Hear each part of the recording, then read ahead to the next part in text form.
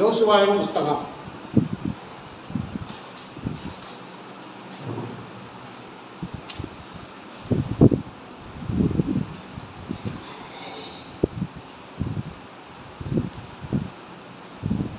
6வது அதிகாரம்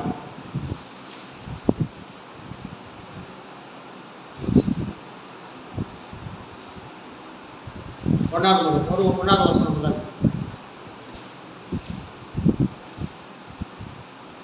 யோசுவாவின் புஸ்தகம் 6வது அதிகாரம் 1 முதல். எரிகோ இஸ்ரவேல் புத்திரருக்கு முன்பாக அடைக்கப்பட்டிருந்தது. ஒருவரும் வெளியே போகவும் இல்லை, உள்ளே வரவும் இல்லை. கர்த்தர் யோசுவாவை நோக்கி, இதோ எரிகோவையும் அதன் ராஜாவையும் யுத்த வீரரையும் உன் கையில் ஒப்பு கொடுத்தேன். யுத்த புருஷராகிய நீங்கள் அனைவரும் பட்டணத்தை சூழ்ந்து ஒரு தரம் சுற்றி வாருங்கள். இப்படி 6 நாள் செய்ய கடவீர்கள். 7 ஆசாரியர் பெட்டிக்கு முன்பாக 7 கொம்பு எக்காலங்களை பிடித்து கொண்டு போக வேண்டும். 7ஆம் நாளில் பட்டணத்தை 7 தரம் சுற்றி வர கடவீர்கள். ஆசாரியர் எக்காலங்களை ஊத வேண்டும். போதும். இப்ப இஸ்ரவேல் ஜனங்கள் எகிப்திலிருந்து அவர்கள் யோர்தானை கடந்து இஸ்ரவேல் தேசத்துக்குள்ள கானான் தேசத்துக்குள்ள வந்துட்டாங்க. இப்போ வந்தோடனே எரிகோ பட்டணம் பெரிய கோட்டை சுவர்கள் சூழ்ந்த ஒரு பட்டணமாக இருந்தது. இப்போ அதுக்குள்ளே இவங்க அடைச்சிட்டாங்க. இவங்க வந்திருக்காங்கன்னு தெரிஞ்சு என்ன பண்ணிட்டேன், கோட்டை சுவர்களை அடைத்து விட்டாங்க. உள்ளே ஒருத்தர் போகவும் முடியாது, உள்ளேருந்து ஒருத்தர் வெளியே வரவும் முடியாது. இப்போ யோசுவாட்ட ஆண்டவர் சொன்னார், நீங்கள் இந்த பட்டணத்தை சுற்றி ஒரு நாளைக்கு ஒரு தரம் சுற்றி வாங்க. 7ஆம் நாளில் 7 தரம் சுற்றி வாங்க அப்படின்னு சொன்னார். இப்போ நம்ம இங்கே பார்க்க வேண்டிய என்ன காரியம் அப்படின்னு கேட்டிங்கன்னா, இந்த எரிகோ என்பது உலகத்துக்கு, ஏன்னா அந்த எரிகோ என்பது சபிக்கப்பட்ட ஒரு இடம். இப்போ யோசுவா 6:1 இருப்பார். இப்போ எரிகோ என்பது உலகத்துக்கு எடுத்துக்காட்டு. இப்போ இந்த உலகத்துக்கு அந்த எரிகோவிலிருந்து ஒருத்தர் வெளியே வரவும் இல்லை, உள்ளே போகவும் இல்லை, அடைச்சிட்டாங்க.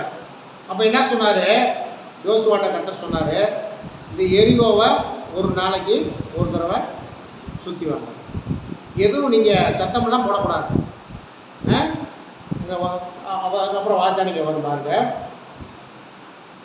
6வது வசனம் வாசிங்க. அந்தபடியே நூனின் குமாரனாகிய யோசுவா ஆசாரியரை அழைத்து உடன்படிக்கை பெட்டியை எடுத்துக்கொண்டு போங்கள். தொனிக்கும் 7 எக்காலங்களையும் 7 ஆசாரியர்கள் கர்த்தருடைய பெட்டிக்கு முன்பாக பிடித்துக் கொண்டு போக கடவுள் என்று சொல்லி ஜனங்களை நோக்கி பட்டணத்தை சுற்றி நடந்து போங்கள். யுத்த சன்னதக்காரர்கள் கர்த்தரின் பெட்டிக்கு முன் நடக்க கடவர்கள் என்றார். கர்த்தரின் பெட்டிக்கு முன்பாக நடக்க கடவார்கள் என்றார். யோசுவா ஜனங்களிடத்தில் பேசின உடனே தொனிக்கும் 7 எக்காலங்களை பிடித்திருக்கிற 7 ஆசாரியர்கள் கர்த்தருக்கு முன்பாக நடந்து எக்காலங்களை ஊதினார்கள். கர்த்தருடைய உடன்படிக்கை பெட்டி அவர்களுக்கு பின் சென்றது. எக்காலங்களை ஊதுகிற ஆசாரியருக்கு முன் யுத்த சன்னதக்காரர்கள் நடந்தார்கள்.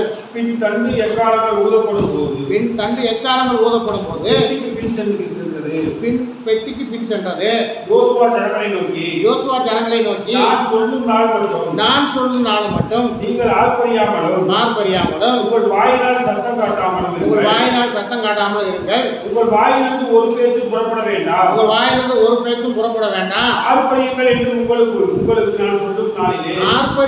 நான் சொல்லும் நாளிலே ஆர்ப்பரிப்பீர்களாக என்று கட்டளையிட்டார். அப்போ இந்த 6 நாளும் இவங்க என்ன செய்யணும்னா, இந்த பட்டணத்தை சுற்றி மட்டும்தான் வரணும். 7ஆம் நாள் ஆர்ப்பரியுங்கள் என்று சொல்லுகிற பொழுதுதான் இவங்க என்ன செய்யணும்? ஆர்ப்பரி. இப்போ பாருங்க, அந்த எரிகோவில் ஜனங்கள் இருக்கிறாங்க. இஸ்ரவேல் ஜனங்கள் அந்த எரிகோவை சுற்றி வராங்க. அவங்க என்ன நினைச்சிருப்பாங்க? யாரு? இவங்க அப்படி நினைக்கல. இவங்களுக்கே கர்த்தர் சொல்றாரு, சுற்றி வாங்கன்னு சொல்லிட்டாரு. உள்ள இருக்கிறவன் என்ன நினைச்சிருப்பேன்? அந்த ராஜாவும் அந்த மக்கள் என்ன நினைச்சிருப்பேன்? என்ன நினைச்சிருப்போம்? ஒரு சின்ன ஒரு யூகமா சொல்லுங்க.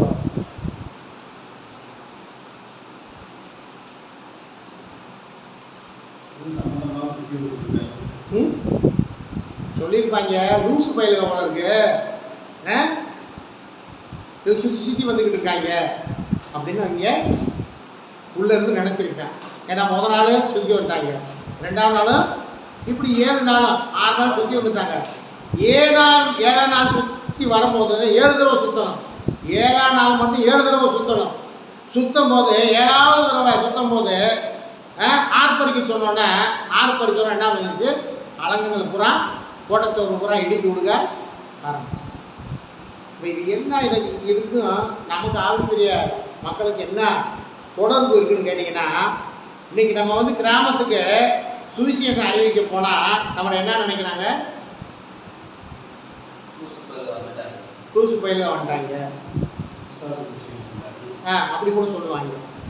வேலை வெட்டி இல்லாதவங்க வந்துட்டாங்க, வெளிநாட்டில் காசை வாங்கிட்டு வந்துட்டாங்க, மத மாற்றம் பண்ண இல்லை. ஒரு நடிகை, ஒரு அம்மா ரசிக்கப்பட்டிருக்கு. அந்த அம்மா பிராமண சமுதாயத்தை சேர்ந்த அம்மா. அந்த அம்மா டிவியில் அந்த இதில் சேனலில் பேட்டி கொடுக்குது. ஒருத்தர் கேட்குறாரு, நீங்கள் கிறிஸ்தவராக ஆகிட்டீங்க, நீங்கள் ஏன் மத மாற்றம் பண்ணுறீங்கன்னு கேட்குறாங்க.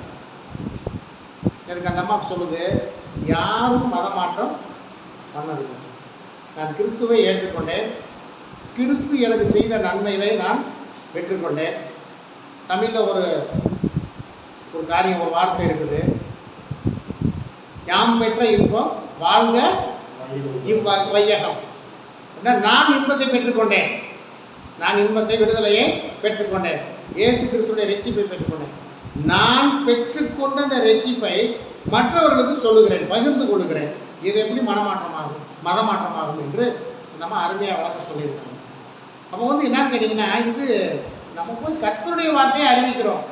நாம் பெற்ற இன்பத்தை, நாம் பெற்ற விடுதலையை ஜனங்கள் பெற்றுக்கொள்ள வேண்டும் என்று நாம் விரும்புகிறோம், கர்த்தருடைய பிள்ளைகள் விரும்புகிறோம். ஆனால் உலக ஜனமோ மற்றவர்களோ அதை தவறாய் புரிந்து கொள்ளுகிறார்கள். ஆகவே பாருங்கள், நாம் தொடர்ந்து என்ன செய்யணும்? தொடர்ந்து சுற்றி வந்து கொண்டே இருக்கணும். கர்த்தர் ஒரு நாள் கண்டிப்பாக ரட்சிப்பை காட்டுவார். ஜனங்களுக்கு தொடர்ந்து சத்தியத்தை போய் நாம் சொல்லிக்கொண்டே இருக்க வேண்டும். கர்த்தர் ஒரு நாள் அவர்களுக்கு விடுதலையை, ரட்சிப்பை கட்டளையிடுவார்.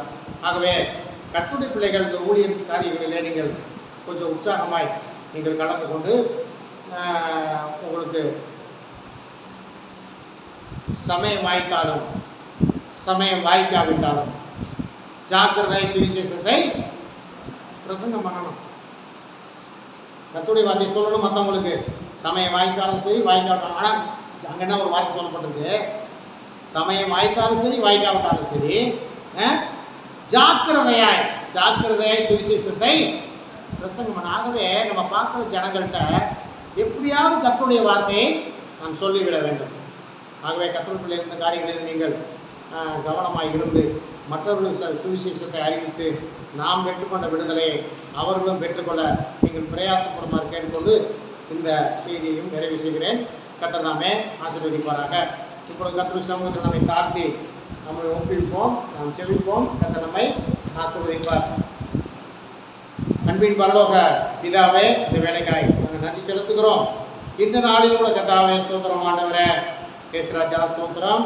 இந்த நாளில் நாங்கள் ஒரு 2 செய்திகளை பார்க்க கர்த்தர் உதவி செஞ்சீங்க. குறிப்பாக சட்டத்தின்படி மல்யுத்தம் பண்ணாவிட்டால் அவன் பரிசை பெற முடியாது என்றும், சட்டத்தின்படி ஓட்டப்பந்தயத்திலே ஓடவிட்டால் அவன் கிரீடத்தை பெற முடியாது என்றும் நாம் வாசித்திருக்கிறோம், நாம் கேட்டிருக்கிறோம். ஆண்டவரே, நாங்கள் இந்த ஆவிக்குரிய இந்த வாழ்க்கையானது, இந்த போராட்டமானது ஆண்டவரே சட்டத்தின்படி உம்முடைய சத்திய வசனத்தின் சட்டத்தின்படி நாங்கள் தொடர்ந்து ஓடுவதற்கு எங்களுக்கு நீங்கள் உதவி செய்யுங்க. அதற்கு குறிப்பாக 2வது செய்தியில் நாங்கள் பார்த்தது போல தொடர்ந்து ஆவிக்குரிய சுற்றில் ஓடுகிறதோடு இல்லாமல் நாங்கள் இச்சை அடக்கத்தோடு நாங்கள் ஓடி மற்றவர்களுக்கு நாங்கள் பெற்றுக்கொண்ட ரட்சிப்பை மற்றவர்களுக்கு அறிவித்து அவர்களையும் உங்களுடைய ராஜ்யத்துக்கு நேராய் வழிநடத்தி செல்வதற்கு எங்களுக்கு கிருபை செய்ய வேண்டுமாய் உங்கள் சமூகத்தில் செபிக்கிறோம். ஆண்டவரே, தகப்பனே, ஸ்தோத்திரிக்கிறோம். அந்த நாட்களிலே ஆண்டவரே, கிறிஸ்தவ வட்டாரத்தில், ஆவிக்குரிய வட்டாரத்தில் அநேக பலவிதமான கள்ள உபதேசங்கள் இந்த நாட்களிலே நாளுக்கு நாள் பெருகி கொண்டிருக்கிறது. அதிலெல்லாம் இருந்து ஜனங்களை நீங்கள் விலக்கி காக்க வேண்டுமாய் நாங்கள் செபிக்கிறோம். ஆண்டவரே, உடைய சத்திய வசனத்தினுடைய ஒவ்வொருவரும் வாழ்ந்து உங்கள் வருகைக்கு ஆயத்தப்பட எங்களுக்கு உதவி செய்யுங்க. இந்த நாட்களில் உடைய சத்திய வார்த்தையை கேட்ட உங்களுடைய பிள்ளைகள் ஒவ்வொருவரும் நீங்கள் கூட இருக்கணுமாய் செபிக்கிறோம். உடைய சத்திய வசனத்தின்படி வழிநடத்தி செல்வனமாய் செபிக்கிறோம். இந்த கால வேலையில் மீண்டுமாக உங்கள் பாதத்தை தாழ்த்து ஒப்புவிக்கிறோம். இயேசு கிறிஸ்துவின் நாமத்தினால ஜெபிக்கிறோம் எங்கள் ஜீவன் உள்ள நல்ல பிதாவே, ஆமென். என் ஆத்துமாவே கர்த்தர் ஸ்தோத்திரி, என் முழு உள்ளவருடைய பரிசுத்த நாமத்தை ஸ்தோத்திரி. என் ஆத்துமாவே கர்த்தர் ஸ்தோத்திரி, கர்த்தர் செய்த சகல உபகாரங்களையும் மறவாதே, ஆமென். நம்முடைய பிதாவாகிய அன்பும் கர்த்தராகிய இயேசு கிறிஸ்துவின் கிருபையும் பரிசுத்த ஆவியானவருடைய அந்நியோன்யமும் கர்த்தரின் உலகத்துடைய பிள்ளைகளை நம்மோடும் உலகத்தில் உள்ள எல்லா பரிசுத்தவான்களோடும் என்றும் என்றும் சதாகாலம் இருப்பதாக, ஆமென். அல்லேலூயா, அல்லேலூயா, அல்லேலூயா. கர்த்தர் நம்மை ஆசீர்வதிப்பாராக. கர்த்தர்